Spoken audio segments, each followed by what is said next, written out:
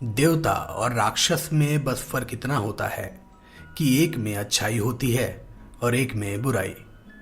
सदियों पहले, जब इस दुनिया में कुछ भी नहीं था, ना पृथ्वी, ना सूरज और ना ही ये ब्रह्मांड, कहते हैं उस वक्त शून्यता की दुनिया में एक देवी हुआ करती थी। सृष्टि की रचना उन्होंने ही की। कहते हैं देवी देवताओं और इंसानों को भी उन्होंने ही जन्मा, लेकिन संतुलन के सार को बनाए रखने के लिए उन्हें नर्क की भी रचना करनी पड़ी। ब्रह्मांड के इस अनंत सागर में समय की अपार भंवर में उलझी जादू से भरी एक दुनिया, जहां सब कुछ मुमकिन और नामुमकिन दोनों ही था, जहां सब कुछ विचित्र से भी ज्यादा विचित्र था। शाम के बाद की वो काली रात अघोर सी खामोशी हवाओं में उड़ती हुई बिखरी छाई हुई थी। अंधेरा अपनी जोबन पर घात लगाए तैयार था। रात 8 बज रहे थे। दूर कहीं कुत्तों के भौंकने या रोने की आवाज आ रही थी, जो बार बार उस सन्नाटे को भंग कर देती। कुत्ते जो भौंके जा रहे थे एकाएक चिल्लाते हुए चुप हो गए, मानो अंधेरा उन्हें निगल लिया हो। वो वक्त जब अंधेरे से बचने के लिए हर कोई अपने बिस्तर के कोनों सिमट चुका था। वो वक्त जब हवाएं तेज और रात काली थी। वो वक्त जब कोई भी इंसान घरों से बाहर नहीं निकलता। उस वक्त बूढ़े विकलांग लोगों के गांव में एक बुढ़िया को अपने कानों में किसी बच्चे के रोने की आवाज आई। बाहर अंधेरा इतना काला था कि रोशनी भी उसे उजालित ना कर पाए। बुढ़िया को समझ नहीं आया कि ये आवाज आखिर आ कहां से रही थी। इसलिए उसने बगल में रहने वाले एक लंगड़े से पूछते हुए गंभीर आवाज में कहा, ये कैसी आवाज है? क्या तुम सुन सकते हो इसे? शायद कोई बच्चा रो रहा है। लेकिन ऐसा कैसे हो सकता है? हमारे इस गांव में कोई बच्चा तो है ही नहीं। लंगड़ा उस बुढ़िया की बात सुनकर असहजता भरी मुस्कान के साथ बोला, क्या कुछ भी बोले जा रही हो दादी? ऐसे थोड़ी हो सकता है। आपको पता है ना, उस अंधेरे में कोई भी जिंदा नहीं बच सकता, तो एक बच्चे के जिंदा होने की संभावना 0 से भी कम है। आपसे बेहतर कौन जानता है कि उस अंधेरे में क्या हो सकता है? बाहर कुछ भी नहीं है, वो बस आपका एक वहम होगा। बूढ़ी दादी खामोश होकर उस आवाज को सुने जा रही थी। बाहर झांक कर देखते हुए उन्होंने अपनी भौहों को सिकोड़कर कहा, मैं जानती हूं कि बाहर हमें किस चीज का सामना करना पड़ सकता है, लेकिन फिर भी अगर मैं ये बात बोल रही हूं तो कोई बात तो होगी ही, और यही मेरी चिंता का विषय है। लंगड़ा बिल्कुल शांत हो गया, क्योंकि दादी के शब्दों को सुनकर उसे इतना तो महसूस हो ही गया था कि कुछ ऐसा है जो सही नहीं है। लेकिन फिर भी लंगड़े के कानों में बच्चे के रोने की छोटी सी चिंगारी तक नहीं भनकती। ये विकलांगों का छोटा गांव था, जिसमें सिर्फ नाम मात्र के लोग रहते थे, और उसमें से ज्यादातर बूढ़े थे। उस गांव के चारों कोनों पर पत्थर की मूर्तियां लगी हुई थी, जिसके ऊपर पवित्र अग्नि जलती है, जो रात के वक्त उस काली जगह पर हल्का सा प्रकाश बिखेरती थी। गांव के दूसरे घरों में जितने भी बूढ़े रह रहे थे, उनमें से हर किसी को आवाज अपने कानों में महसूस हुई, लेकिन अंधेरे के डर से किसी ने बाहर निकलने के बारे में सोचा तक नहीं। बूढ़ी दादी खामोश कदमों के साथ घर से बाहर निकली और उन्होंने वहां लंगड़े को अपने साथ आने से मना कर दिया। दादी 60 वर्ष की थी, लेकिन उनका शरीर फुर्तीला था। वो अचानक तेजी से उस पत्थर की ओर भागी जिसके ऊपर पवित्र अग्नि जलती थी।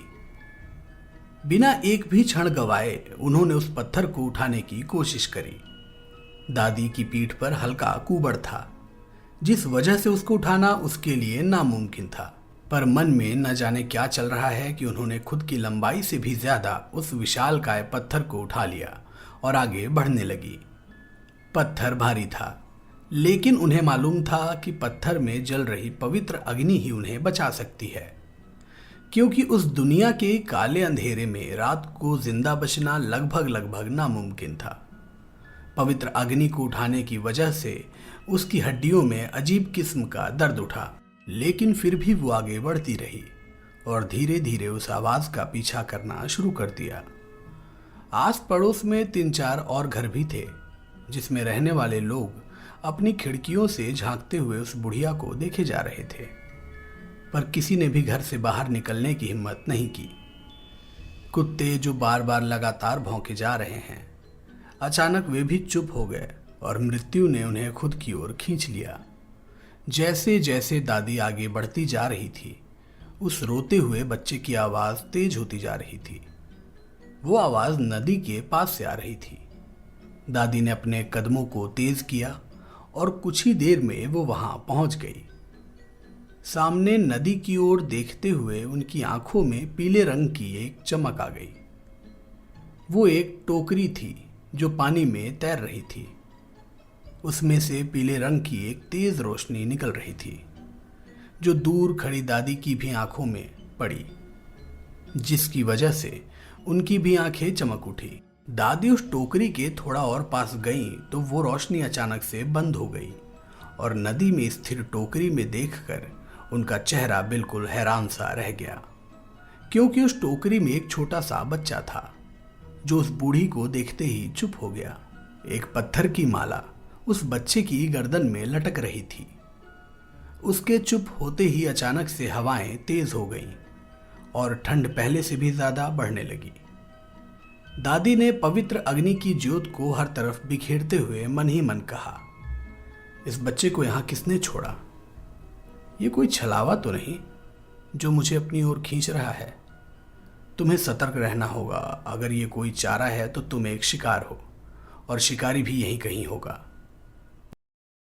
तेज थी, वो हर तरफ देखती ही जा रही थी, लेकिन जब उन्हें लगा कि वहां कोई भी नहीं है तो फिर उन्होंने अपना ध्यान उस बच्चे पर केंद्रित करते हुए कहा, क्या है ये बच्चा? ये इस अंधेरे में अब तक जीवित कैसे है? कुछ तो अलग है इसमें। इस पवित्र अग्नि के साथ भी मैं यहां सुरक्षित नहीं हूं और ये यहां अकेले है और जिंदा भी। उन्होंने अपने पैरों को धीरे धीरे पानी के अंदर डाला। वो बच्चा जिस टोकरी में था, वो टोकरी गहरे पानी में होते हुए भी एक ही जगह स्थिर थी। दादी ने जल्दी से टोकरी को उठाया ताकि वो बह न जाए। टोकरी के नीचे पानी के अंदर एक हाथ दिखा जिसने उस टोकरी को अब तक रोके हुए था। जैसे ही वो टोकरी उस बुढ़िया के हाथ में आई, वो हाथ अंदर डूब गया और पानी के बहाव के साथ बहता ही चला गया। उस दिन एक वक्त का पहिया चलना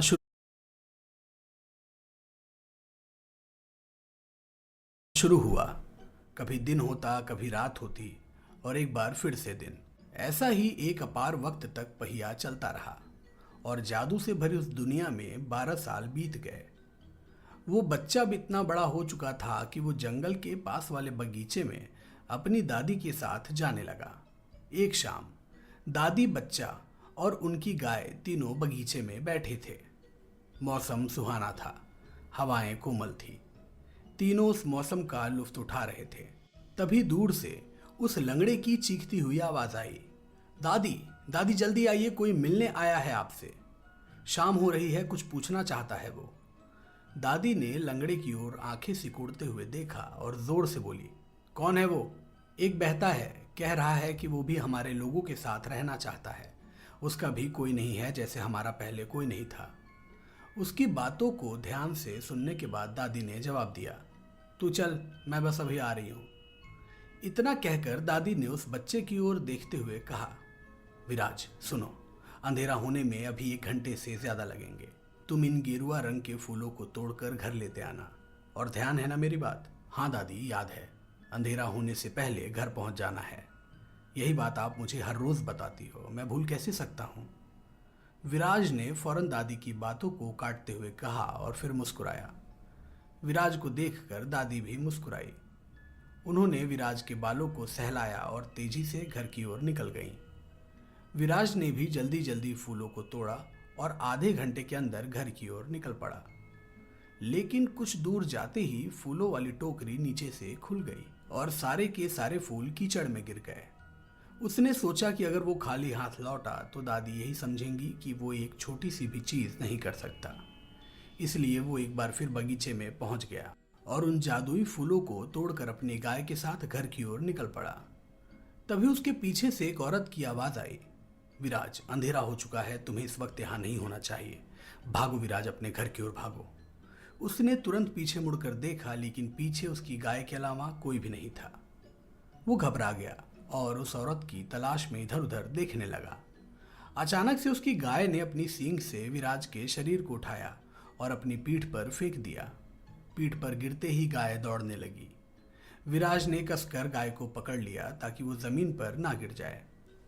पूरी ताकत के साथ दौड़ती वो गाय एकाएक बोल पड़ी, विराज, अपनी पकड़ को ढीला ना करना और पीछे मुड़कर बिल्कुल भी ना देखना। गाय को बोलता हुआ सुनकर विराज डर गया, लेकिन फिर भी उसने अपनी पकड़ को कमजोर नहीं किया। उसके सीने की धड़कनें उस गाय से भी ज्यादा तेज हो गईं। उस एक पल में उसने बिना कुछ सोचे पीछे मुड़कर देखा। पीछे घना अंधेरा था और उस अंधेरे में अंधेरे से भी ज्यादा काली विशालकाय कोई चीज जो उनके ही पीछे पड़ी थी। उस चीज का आकार निश्चित रूप से समझ नहीं आ रहा था, लेकिन इतना जरूर पता चल रहा था कि वो अकेले नहीं था, बल्कि उसके ही जैसे सैकड़ों थे जो उन दोनों के पीछे लगे हुए थे। उन्हें देखकर विराज के शरीर में एक अनजान सा कंपन होने लगा और माथा पसीने की आगोश में डूबता चला गया। तभी दौड़ती हुई उस गाय ने हांफते हुए बोला, विराज, तुम्हें जैसा लगता है ये दुनिया इससे कहीं अलग है। मैं कोई गाय नहीं बल्कि एक औरत हुआ करती थी। एक औरत जिसका बच्चा जन्म लेते ही मारा गया। बेटा खत्म हुआ तो गांव वालों ने मुझे गांव से बाहर निकाल दिया। आज से 12 साल पहले तुम्हारी दादी दूध की तलाश में भटकते हुए मुझसे मिली और उसने अपने जादू का इस्तेमाल करके मुझे गाय बना दिया ताकि मैं तुम्हारा पोषण कर सकूं। मैं एक आम इंसान सी थी, इसलिए कुछ भी ना कर सकी। अंधेरा होने पर मेरी अंतरात्मा जाग उठती है, इसलिए मुझे पवित्र अग्नि के पास बांधा जाता है ताकि मेरा अंतर्मन मुझ में ना आ सके। विराज ये सब सुन रहा था, लेकिन उस औरत के बोले हुए हर एक शब्द अब तक उसकी समझ के बाहर थे। वो गाय तेजी से भागती चली जा रही थी। गांव अब दिखाई देने लगा था। तभी उनके पीछे आती हुई उस काली चीज ने पूरी शक्ति के साथ अपने विशालकाय हाथों से प्रहार किया। एक ही झटके में उस गाय के पेट फट गए और वो जोर से चिल्लाई, आह! उसकी खाल पूरी फट गई। उसके पेट की अतड़ियां एक एक करके बाहर निकलने लगी, लेकिन उसने अपने कदमों को रोका नहीं और पूरी ताकत के साथ दौड़ती ही रही। विराज की दोबारा पीछे घूमकर देखने की हिम्मत नहीं हुई। दोनों पसीने में डूब चले थे। दादी गांव वालों के साथ एक पवित्र अग्नि लेकर विराज को ढूंढने निकलने वाली थी, लेकिन गाय और उसके पीछे आती काली परछाई को देखकर हर कोई घर के अंदर घुस गया। हर किसी के पैर ना चाहकर भी कांप रहे थे। बिना बोले हर किसी का गला सूख गया। विराज को अपने ऊपर बिठाई हुई वो गाय तेजी से गांव के अंदर घुस गई। गांव के चारों कोनों पर पवित्र अग्नि जल रही थी। पवित्र अग्नि के पास पहुंचते ही वो गाय अपने मुंह के बल जमीन पर गिर गई। विराज का हाथ उस पल में छूट गया और वो गिरता पड़ता जमीन से रगड़ खाता काफी दूर तक चलता चला गया। गाय के गिरते ही उसका पूरा पेट फट गया। पेट के अंदर से एक बिना कपड़ों की औरत काफी दूर तक गिरती पड़ती हुई एक पत्थर से जा टकराई। हर तरफ अतड़िया, खून और लबाब जैसी कोई चीज बिखर गई। उस औरत का भी पेट उस घाव की वजह से फट गया था और एक ही झटके में मृत्यु ने उसे अपनी ओर खींच लिया। विराज लड़खड़ाता हुआ धीरे धीरे उठा और वहां पड़ी लाश को अतड़ियों के साथ अपनी बहती हुई आंखों से देखने लगा। दादी फौरन भागती हुई विराज की ओर बढ़ी और उन्होंने उसे अपने आंचल के नीचे उसे छुपा लिया। आगे की कहानी जानने के लिए सुनते रहिए कहानी का अगला एपिसोड सिर्फ और सिर्फ पॉकेट एफएम पर।